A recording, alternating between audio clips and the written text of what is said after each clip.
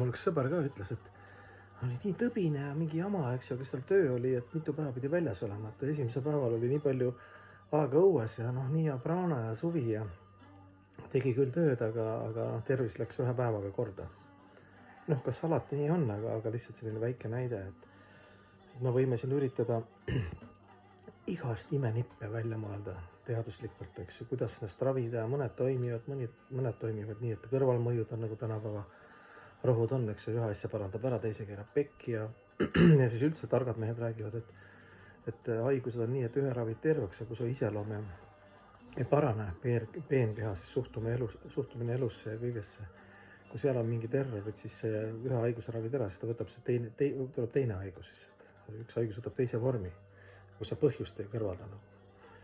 Aga point on see, et õhk, maa, tuli, vesi, eeter, eks ju, 5 põhielementi, kui nendega on hea ühendus, see on ka hea tervise alus, eks ju, see tähendab, see eeldab kohe nagu kõvat nagu liikumist, värskes õhus olemist ja ühendust emakese loodusega, eks ju. Noh, ma ei tea, võtame vesi, eks ju, hügieenia, puhta vee joomine, eks ju, või siis õhk, praana, eks ju, õhus on siis see praana, eluenergia, eks ju, päike, tuli, eks ju, valgus, noh, kõik vitamiinid, mineraalid, kõik vajalik eluks on ennast põhi panchaputas 5 elemendis. Kui sul on maaga hea ühendus, eks ju, suvel ka saab paljajalu käia ja nii edasi. Kui sul on selle 5 elemendiga hea ühendus, õhk, maa, tuli, vesi, eeter. Eeter tähendab veel seda, et eetris liigub heli.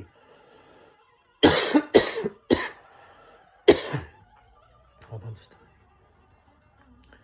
Et heli siis soodne vibratsioon, et kui seal on nagu helivibratsioon ei ole soodne, kui see ei ole palve, mantra, vooruslik satvakuunas liikuv heli, siis see sind degradeerib, eks ju, degradeerud kõrvast sisse, mingi madalam heli, vibratsioon, isegi muusika või asjadest arutamine või ainult suurendab kehalist kontseptsiooni. Noh, see selleks, eks ju, okei. Saime aru, 5 põhielementi, millest kõik koosneb mateeria. Kui meil on hea ühendus, siis me oleme nagu terved nagu ponksid automaatselt. Muidugi on olemas prarabdha karma, eelmiste eludega kaasa tulnud raskused, millega tuleb harjuda, mida võib-olla ei saa parandada. Kõike saa parandada, aga ikka see ei muuda seda põhitõde.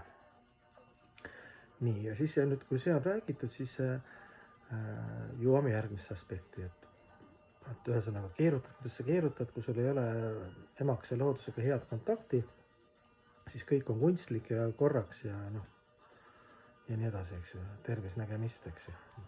Vähemalt ütleme, et kui sul isegi füüsiline tervis on okei, siis mõistuse tervise urbankultuuris, suurlinnakultuuris, nagu pärast on kokku, eks ju.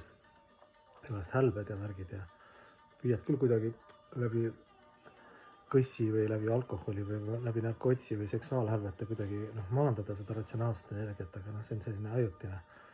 Hinge tuleb järjest suurem auk. Aga nüüd kui me võtame nagu Jumala, kui me võtame looduse taga on isikuline aspekt ja isikusetu aspekt. Kui me võtame, et sina oled isiksus ja nii kaua, kui sa ei ole oma kontakti või seda fookust või püüdlust või unistusi ja lootusi suunanud sellele, et seda taastada suhet, kelle lahutamatu osake sa oled, eks ju. Ütleme, see on Jumal või looja või universaalne teadus või nii kaua sa võid ka proovida igasuguseid koolitusi, süsteeme ja korra lappida. Nagu ma teen selle meditsiinilised näited, eks ju. Rohtudega lappida, aga kui sul ei ole puhaste elementidega kokkupuudet, siis kokkupuude on kehv, siis nii või naa tervis langab. Ja Jumalaga on sama asi, kui sa nagu eirad Jumalat, üritad Jumala kuningriiki ilma Jumalata ehitada, palju õnne.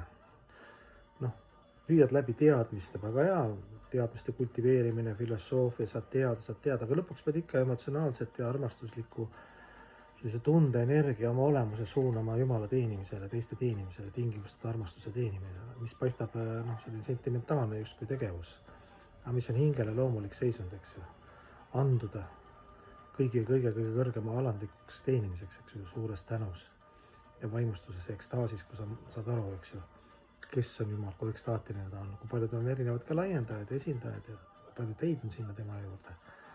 Aga see ei muuda nagu põhipointi, et siin sõbraga ka rääkisin, et sa võid kõik erinevad parapsühholoogia ja psühholoogia nippe kasutada, eks ju, et seal lapsepõlvetraumad, seal isegi karmad, eelmised elud, kõike parandada.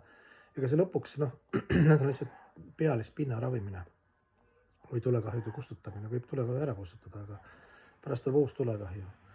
Et niikaua, kui me ei ole nagu alandlikult pea alla lase, ütled Jumal, et you are the boss, sina oled looja, sina oled alalhoidja, inimene ei ole mitte midagi kunagi teinud, lihtsalt segab kokku, mõtleb, et tema tegi ja on nagu ego täis, et mina tegin, eks ju, kõik elemendid, kõik, isegi kehafunktsioonid, kõik kontrollib nagu kõige kõrgem Jumal, tema energiat läbi tema.